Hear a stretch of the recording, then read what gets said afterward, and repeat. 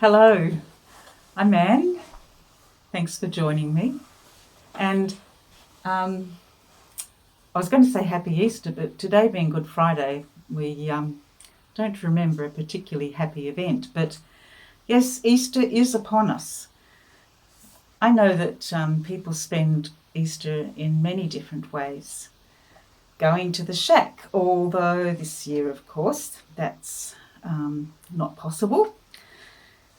Getting together with friends and family, though that's now a bit limited. Even going out on your boat has its limitations if you've got a boat. But we can still wait for the Easter Bunny to come on Sunday. We can eat chocolate without feeling guilty.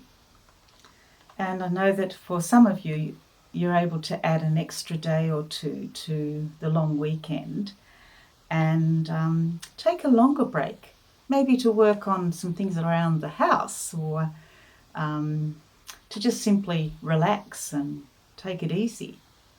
In previous years, you may have gone travelling. As a break from work, it's welcomed by many.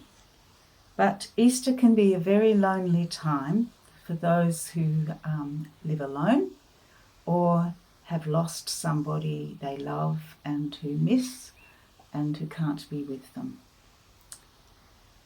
For many, there is no spiritual significance to Easter, but for Christians, it is a special time to remember Jesus Christ dying on the cross and, to celebrate an amazing, hard to believe, incredible story of suffering love and resurrection life that overcomes destructive evil and the awful finality of death. Matt, in his sermons, has often reminded me that a person's default is usually to maximise pleasure and minimise or avoid pain. And yet Good Friday is all about remembering pain and suffering. I don't know about you, but the Easter story is a very familiar one for me. I've heard it since I was a child, and I find it easy to take it for granted and to overlook, to just gloss over those uglier parts that describe the enormity of Christ's pain and suffering. I instead like to jump to Resurrection Sunday and celebrating new life. Much nicer. Some years ago, I watched Mel Gibson's movie, The Passion. It was raw and graphic and powerful. I found it hard to watch. As a no-holds-barred portrayal of what happened to Jesus, I found the violence and cruelty to which he was subjected so horrific. As long as I watched, I couldn't hide from the horror or ignore it, because here was a human being beaten and whipped continually. Long, sharp thorns plaited into a crown and rammed into his head, tearing his skin and exposing sensitive nerves. He was made to shoulder a rough, heavy and splintered wooden cross, and when he was already near the end of his endurance. And he was stretched out on that cross with nails hammered through hands and feet to keep him there. I wanted to stop watching that movie, but I sat through it. It made me realise that when Jesus bled, he bled from every part of his body.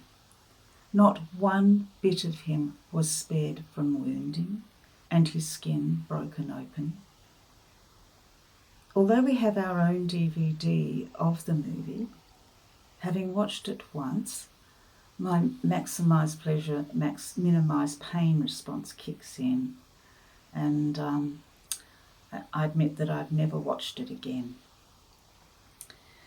Last year, I read a book called Revelations of Divine Love by Julian of Norwich. In it, she describes a series of visions or revelations that she experienced when she was gravely ill. In her 8th revelation, she saw something of Christ's passion near the time of his dying. She describes it in graphic detail, not sparing herself or the reader from the pain he suffered and endured. Like me, you may struggle to hear a little of what I'm going to read, and it is only a part of her description.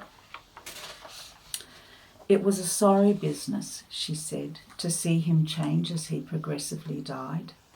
His dear body became black and brown as it dried up in death. It was no longer its own fair and living colour. The pain, sharp and bitter, lasted a very long time, and I could see it painfully drying up the natural vitality of his flesh. That blessed flesh and frame was drained of all blood and moisture. Because of the pull of the nails and the weight of that blessed body, it was a long time suffering. She goes on to describe every gruesome thing she saw, saying that the sight caused her dreadful and great grief. This showing of Christ's pain filled her with pain. Later in the vision, she admitted to Jesus that of all the pains that lead to salvation, this is the greatest, to see your love suffer. The story doesn't end there, but I'm not going to go through that part today. My parting words, however, are from Julian of Norwich. Though the dear humanity of Christ could only suffer once, his goodness would always make him willing to do so, every day if need be. But for love of me, to be willing to die times without number, beyond human capacity to compute, is to my mind the greatest gesture our Lord God could make to the soul of man. This is his meaning. How could I not, out of love for you, do all I can for you? This would not be difficult, since for love of you, I am ready to die often, regardless of the suffering. She concludes that his suffering was a noble and worthy deed worked out by love in time. And his love has no beginning, but is now and ever shall be. Amen.